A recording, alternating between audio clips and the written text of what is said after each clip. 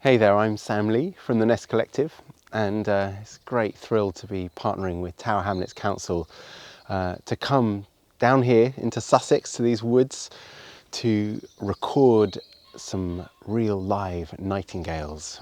And this is a very special thing to do, particularly in light of COVID-19, to be able to create this very unique broadcast for you all.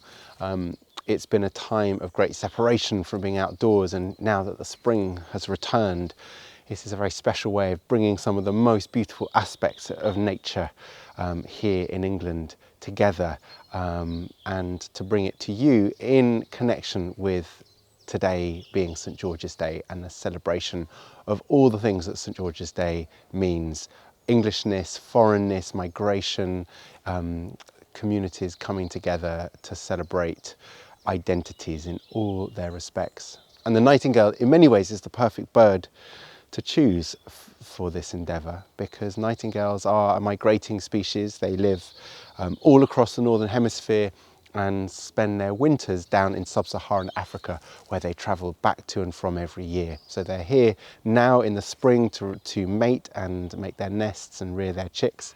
And it's this very famous song that we're going to be listening to later on that is so much part of their mystique and culture.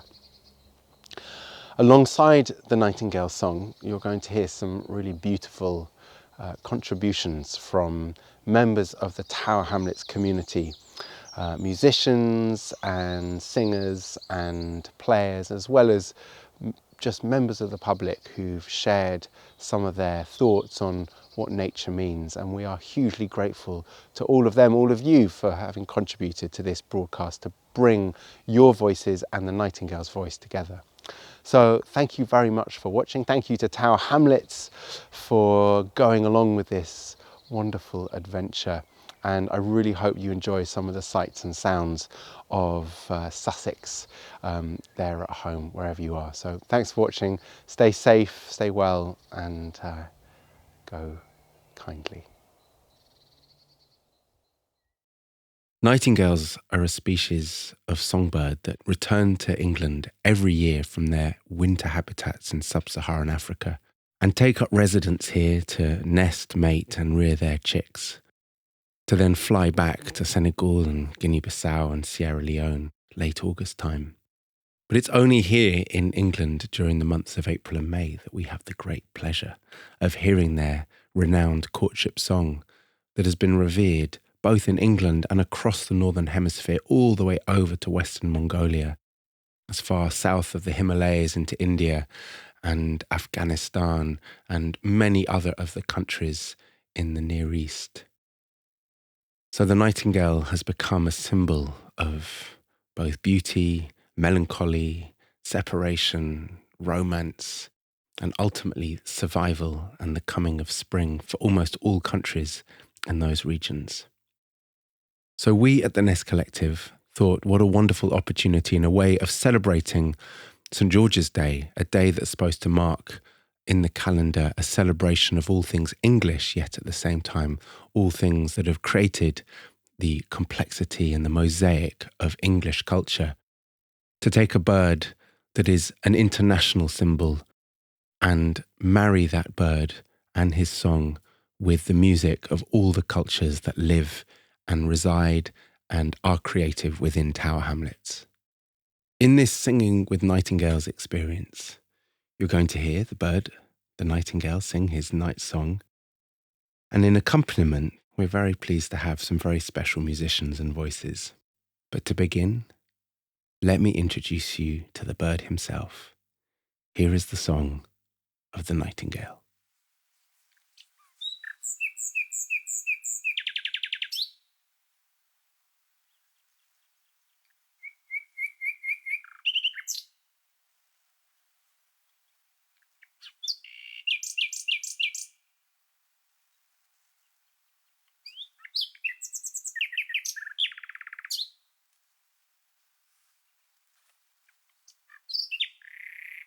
Hello, I am an interactive exhibit.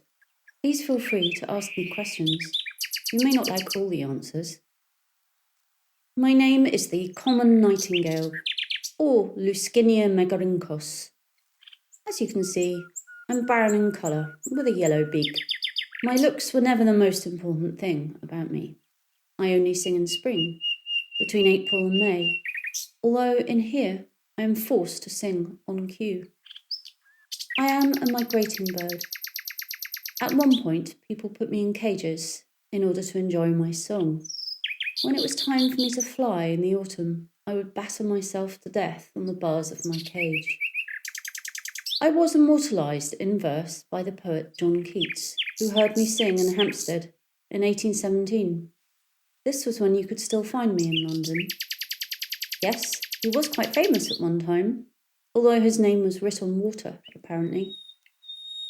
I can make over 1,000 separate sounds, 3 times more than a skylark.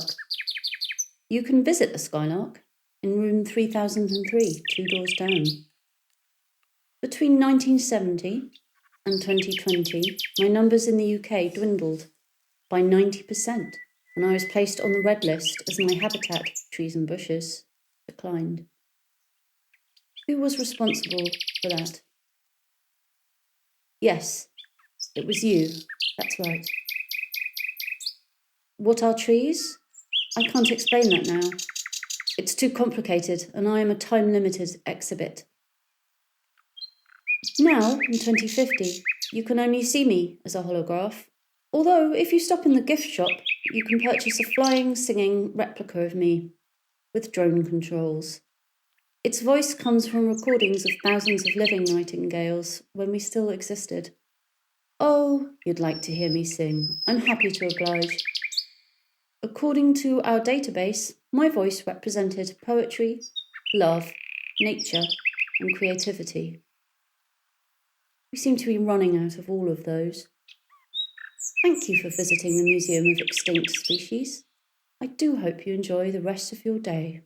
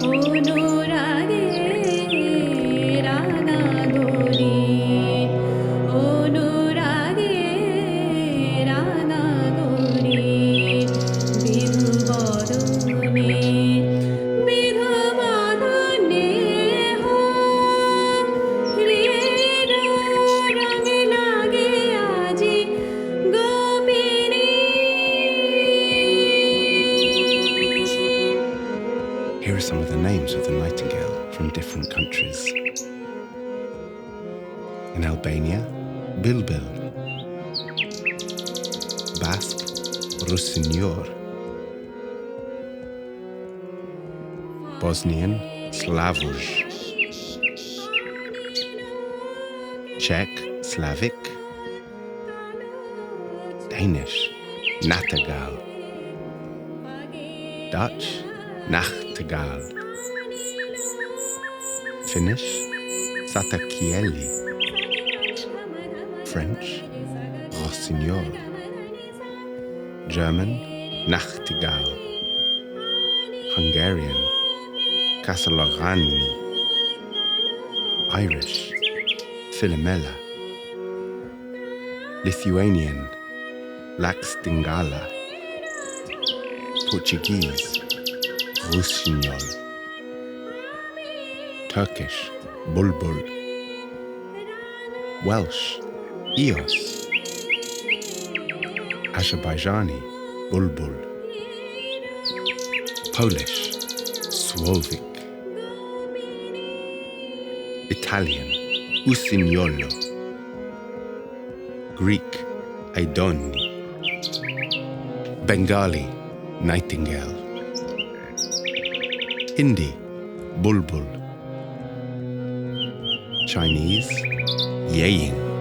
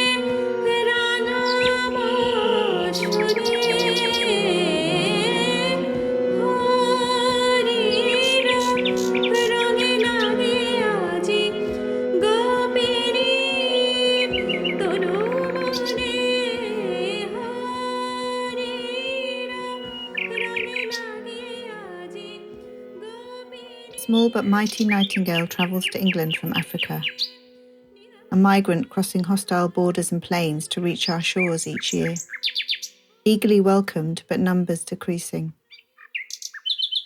It sings melodiously yet plaintively from the dark woods to woo its mate. Its name rooted in Old English, Dutch and German, meaning night and sing. A secretive little unassuming bird, hiding in impenetrable thickets in the southeast of England. Its story of migration and link to far-off lands, like St George and our communities. Perhaps the word nightingale is now synonymous with hospitals and COVID-19, but its song also connects us to nature and the great outdoors.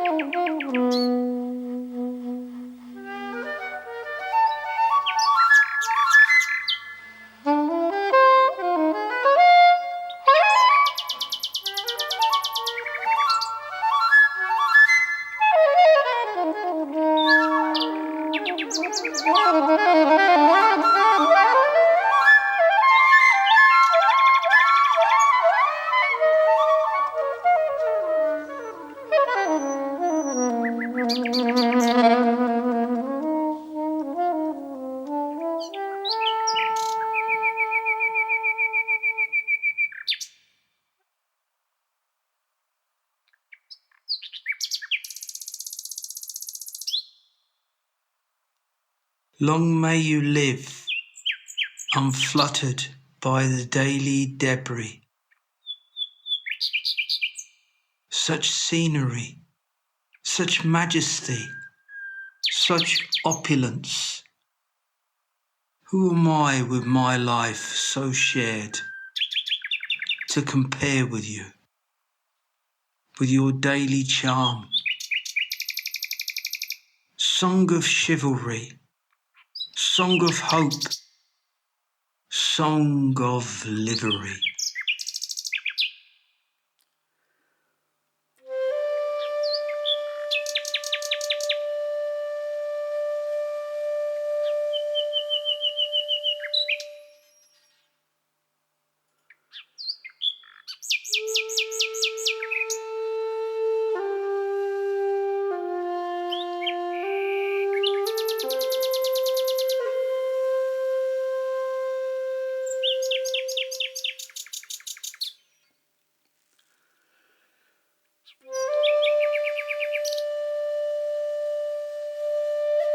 How the Nightingale got his song. There is an old story. It begins long ago in the big forest when the whole world was one great wood. It had come to that time of year when the birds felt a pull of the plumage, a ruffle in the down and a twitch in the tail feather, that urge to find a mate. But as all the birds at that time were brown and feathered, with not a speck of shade or colour, the issue arose of how to differentiate one species from another. So a conference was called, and the Council of Birds gathered to discuss what could be done to rectify the situation. All night they nattered until each species had been heard and all ideas explored. But alas, they couldn't reach a decision they all agreed upon. It was beyond their powers, and they concluded that a higher help was required. This was a question for God. So a date was set for them to make a visit skyward and give their request. On that day, representatives from each of the forest bird species flocked to the highest point of the highest tree on the highest hill, alighting on that top twig and flying upwards. Higher and higher they went, until they reached the first nimbus cloud floating gently overhead. They entered the damp mistiness of the enormous cloud, then continued flying higher and higher still. The birds beat their wings harder, battling against the thin air and the cold, which was particularly biting for the smaller birds. Large-bodied birds like geese gave the finches a piggyback, while wrens rode on the back of eagles, hummingbirds on herons. It was a collaborative effort, and no one was left behind. Finally, all the birds arrived into that uppermost layer, a liminal space between earth and the heavens that we have no name for, and there lived God. They went up to the front door of God and knocked loudly. Instantly, the door opened, and there she stood, expectantly. "Come in, birds," she beckoned. So one by one, all of the birds entered God's beautiful home and presented her with their quandary. God thought it over for a short while, and then a smile crossed her face. "I think I may have a solution for you all. Come with me." And so the birds followed her into her workshop, and out of her cupboard, God pulled a big box of paints. Opening the box, she took out all of the tubes and paintbrushes. One by one, she called the birds forward to give their feathered plumage a fresh painting. The robin, his beautiful red breast, the blue tit, his Titian blue feathers, and the kingfisher, who was a very expensive bird to paint. Each bird was given a new set of markings, and after a few moments, to let the paint dry, leapt with great joy off the front porch of God's home and flew back down to the forest.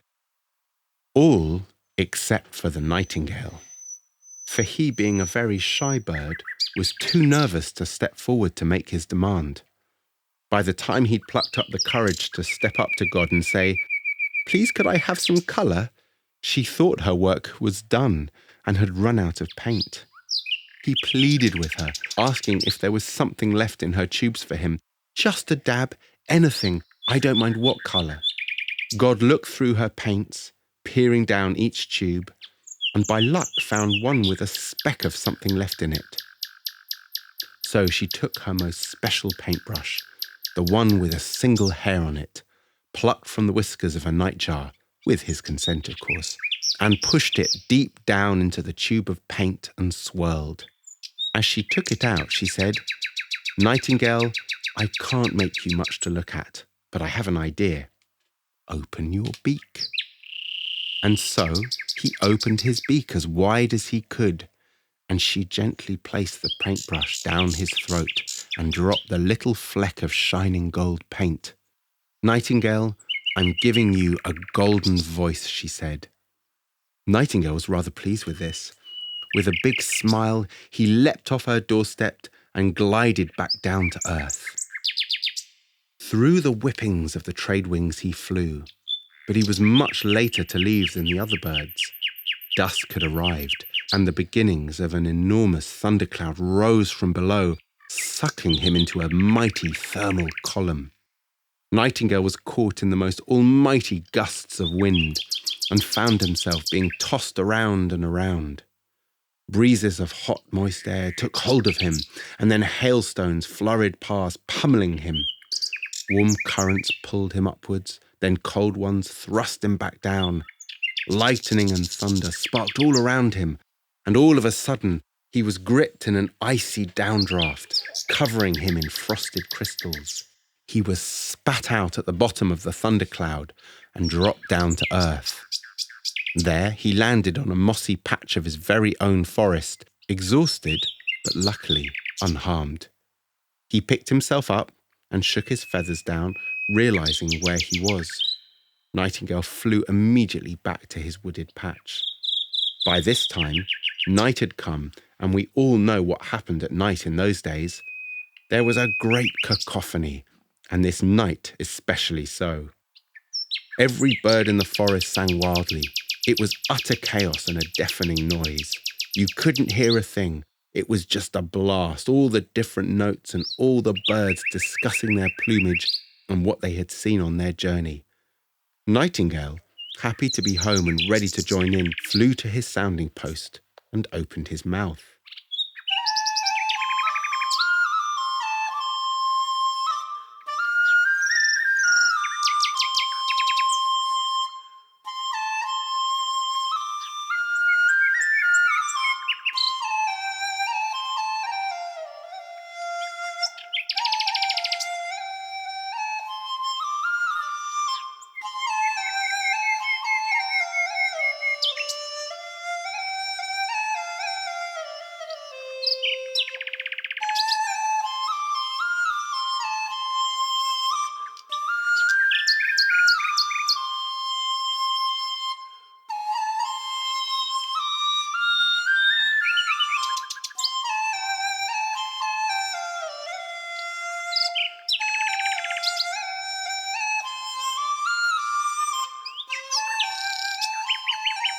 To everyone's amazement, out came the sweetest song anyone had ever heard. As his notes travelled, one by one the birds in the forest fell silent in awe, listening to the nightingale and his new song. The very next day, the Council of Birds was called once more to discuss Nightingale and what to do. They couldn't just sing over such a beautiful song. It was decided that Nightingale was to be given the night himself, and come the evening, all the birds would fall silent. And so it is that, to this day, Nightingale is still the holder of the night. Occasionally, he'll allow some of his ensemble to join in, like the owl and the nightjar, and a few others, and still, to this day, Nightingale is an exceptionally shy bird. If you ever manage to get a peek at one, you'll notice his lighter bleached front from his throat down to his belly button, from the harsh ice crystals that he flew through. And if you get yourself into exactly the right position and look down Nightingale's throat as he's singing, you'll see the sparkle of gold still there to this day. And that is how the nightingale got his song.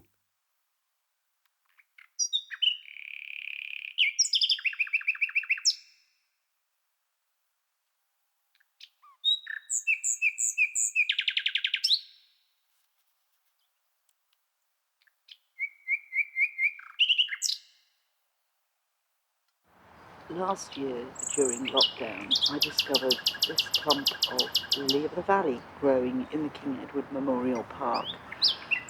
I watched them as they grew, and it was a complete delight to see them here again this year. And I suspect they'll be in full bloom in 2 or 3 weeks. You can just see the flower developing on this one, and then it'll be possible to have that wonderful smell of lily of the valley. What a joy.